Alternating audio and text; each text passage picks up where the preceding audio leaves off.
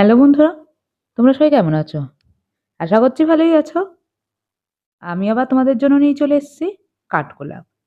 নারাজটা কেমন লাগছে আমায় জানিও কিন্তু। তো আজকে আমরা শুরু করব ইমরান হোসাইন আদিবের লেখা কাঠগোলাপের পরবর্তী অংশ। খুব সুন্দর। দেখো, শুরু করলাম। নাম ইচ্ছে পূরণ। বই পড়ার নেশায় বুঁদ হওয়া মানুষটা আজ টাকার অভাবে বই কিনে তার নেশা কাটাতে ব্যর্থ। সেই মানুষটা একদিন তার চারপাশে সেগুন কাঠের তৈরি হরেক রকম সেলফ ভর্তি বই পাক। মফস্বল থেকে শহরে দুচোখ ভর্তি স্বপ্ন নিয়ে আসা নিম্নবিত্ত ঘরের ছেলেটা তার যোগ্যতায় একদিন লাখ টাকা বেতনের চাকরি পাক। লেখালেখিতে অভ্যস্ত লেখকের লেখা পাঠে তার পরিচিত জনের আগ্রহ নেই। একটা সময় তার অবহেলিত সব লেখা পুরো পৃথিবী জুড়ে থাকা বই পাঠকের দরজায় কড়া নাড়ুক।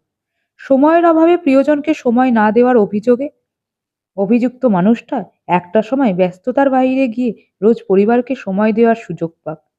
শেষ বয়সে মা বাবার খেদমতে নিয়োজিত না থাকতে পারা সন্তানগুলো অনুশোচনা বোধের জায়গা থেকে একদিন বৃদ্ধাশ্রমে উপস্থিত অসংখ্য পিতামাতার সেবা করার দায়িত্ব নিক।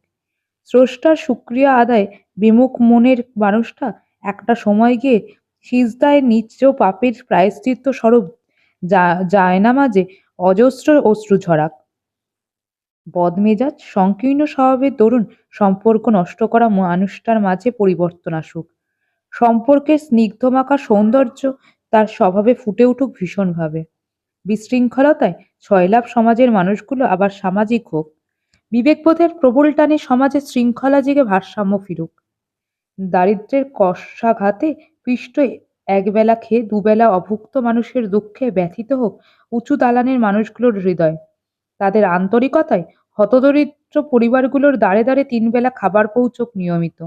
নিরাপত্তাহীনতায় প্রহর কেটে নিরাপত্তা প্রসারিত হোক। নির্দয় মস্তিষ্কে মনুষ্যত্বের সহানুভূতি জায়গা করে নিক। মানুষের মাঝে এভাবে পরিবর্তন আসুক।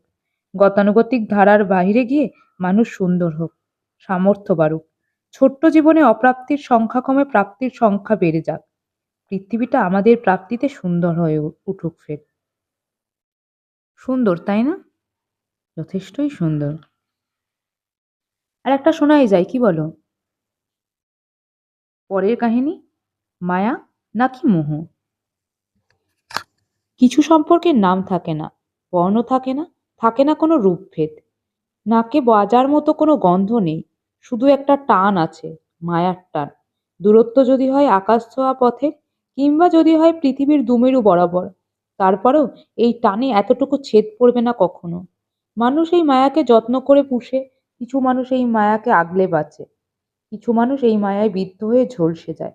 কিছু সম্পর্কের আবার নাম আছে, আছে ঝাঁঝালো অ্যামোনিয়ার মতো কটু গন্ধ।